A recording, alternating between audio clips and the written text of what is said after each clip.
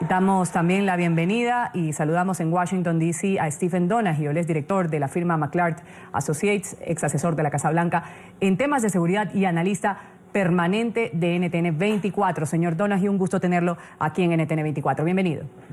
Buenos días, Ruth.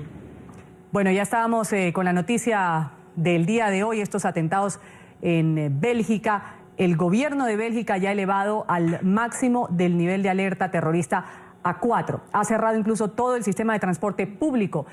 Se habla de que este nivel de alerta máximo, que se conoce, pues no se ha tomado desde la Segunda Guerra Mundial. ¿Cómo deben estar ahorita los belgas y cómo debe estar Europa ante este nuevo atentado que se ha registrado el día de hoy? Nuevos atentados. Bueno, Ruth, lo que estamos viendo no solamente en Bélgica y en Europa, sino aquí también en los Estados Unidos, en Nueva York y Washington, un estado de alerta por la posibilidad de que hayan otros ataques paralelos a lo que ocurrió esta mañana en Bruselas. La situación que existe es que se capturó a uno de los líderes de esta red de terroristas y con él se capturaron sus comunicaciones, su información, y con eso se iba a comenzar a desarticular esta red. Y por eso creo que han apresurado sus planes para hacer ataques en diferentes partes, sabiendo que ya venía la policía tras ellos, ya venían a buscarlos, y por eso, como reacción a la captura de su líder que intentó suicidarse y no lo logró, sabiendo que él iba a tener información que sería útil para desarticular esta red, ya lanzaron estos ataques y hay la posibilidad de que hayan otros ataques que estén prestos para llevarse a cabo, y por eso la alerta por parte de las fuerzas de seguridad pública. Señor Donaghy, entonces ¿usted sí cree que este atentado que sucedió el día de hoy, estas cadenas de explosiones, 2 en el aeropuerto, 1 en una estación de metro de Bruselas, está directamente relacionado con ese atentado que estaba listo para realizar Salah Abdeslam cuando fue detenido el pasado viernes? Bueno, no tenemos los detalles todavía, pero todo parece indicar que sí, que esto fue uno de los ataques o parte de los ataques que estaban preparando por parte de esta red de terroristas, y si no, que fue una reacción a la captura de su líder y una manera de demostrar que todavía tienen la capacidad de actuar. Veremos en las horas y los días siguientes cómo reaccionan las fuerzas de inteligencia y de seguridad pública al desarticular más de esta red y qué más información pueden encontrar para buscar cuáles son los vínculos y los enlaces que estos terroristas tenían con otras partes de la ciudad, de ese país y del mundo.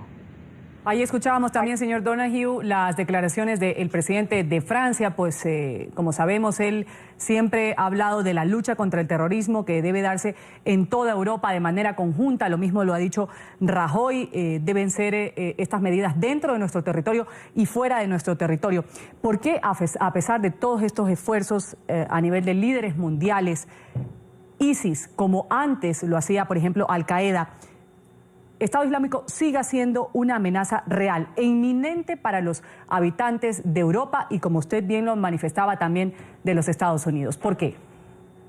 Bueno, claramente, especialmente en los países europeos, donde ha habido una migración enorme en el último año, hay las posibilidades y la situación está presta para que haya este tipo de islamismo radical fomentándose en esos lugares. Por ejemplo, en Francia, un 7% de la población hoy es musulmán. También en Bélgica. En Bruselas, por sí, la población de esa ciudad es 25% musulmán. Y eso crea las condiciones bajo el cual estos jóvenes, sin un futuro, sin empleo, sin la esperanza de poder hacer algo en sus vidas, se radicalizan y están en esa situación en toda Europea. Están viendo cómo es que enfrentan esta amenaza, que es una amenaza para ellos fundamental. Esto amenaza el futuro de sus países como la conocen, y lo que vamos a ver en las semanas y meses que vienen es una reacción a este tipo de acción por parte de la ultraderecha con sentimiento antimigrante, antiislámico, que va a causar más presión aún a esta población musulmán que vive en Europa.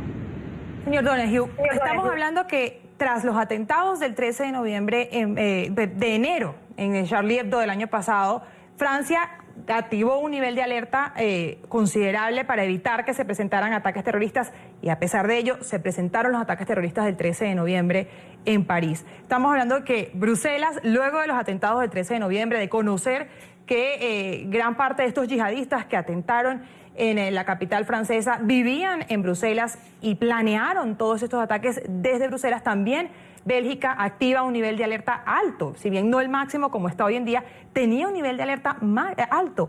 Tras el viernes, que saben que estaban programando una serie de atentados próximamente en Bruselas, elevan ese nivel y pese a ello se presentan los atentados del día de hoy. ¿Qué está pasando? ¿No se están tomando las medidas? ¿No se está tomando suficientemente en serio esa amenaza que representa ISIS para las capitales europeas?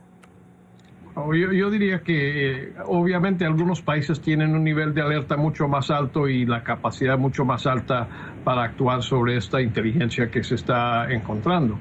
Por ejemplo, Francia ha tomado decisiones bastante drásticas, pero hay otros países donde la aceptación del nivel de inteligencia que requiere dejar algo de la privacidad del ciudadano afuera es algo que hasta ahora no ha cambiado. Europa tiene una gran tradición, y especialmente Alemania, tiene una gran tradición de proteger la privacidad del ciudadano y dejar atrás los temas de inteligencia para poder captar esta información sobre organizaciones terroristas clandestinas. Ahora, con este tipo de acción, lo que vimos en París y hoy en Bruselas, hay la posibilidad de que vayan a comenzar a repensar la actitud que deja como un fundamental la privacidad del ciudadano y busquen también un balance entre la seguridad y la privacidad.